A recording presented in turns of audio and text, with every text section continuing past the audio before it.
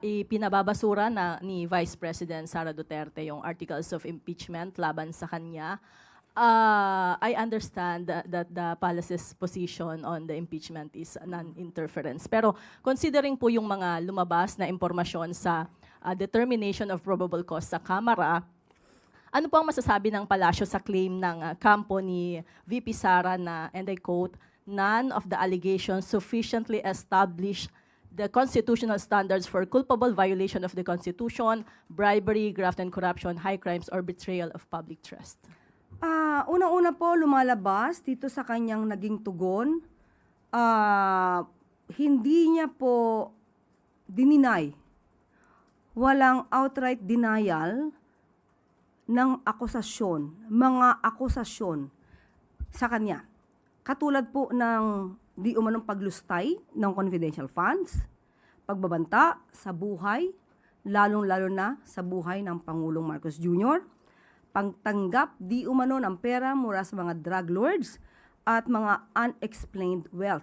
Lumalabas sa kanyang tugon ay hindi niya to dininay.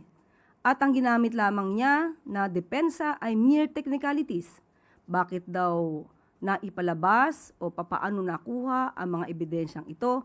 So ito rin po yung dati niyang ginamit na tugon sa House of Representatives sa Committee on Justice. Mas maganda po sana na mas maipaliwanag niya sa taong bayan itong mga inaakusa sa kanya rather than using mere technicalities to have the complaint be dismissed. So abangan na lang po natin dahil nasa kamay na po ito ng mga senator judges kung i-dismiss nila outright, forthwith, nang hindi nakikita ng taong bayan yung mga nais makita na ebidensya. Kung makiklear naman po ang Vice Presidente sa pamamagitan ng mga ebidensya at ito'y madidinay niya, mas maganda pong maklear niya yung pangalan niya at maipaliwanag niyang walang katotohanan lahat yung mga inaakusa sa kanya rather than using mere technicalities. Resulta naman ng survey ng Octa Research na 74% ng mga Pilipino ay pabor na ituloy ang impeachment trial. Kahapon ay sinagot po natin yan kung ano man po ang resulta ng survey, mataas man, mababa, ang kailangan po dito ay accountability, transparency, lalo na kung ikaw ay isang public servant.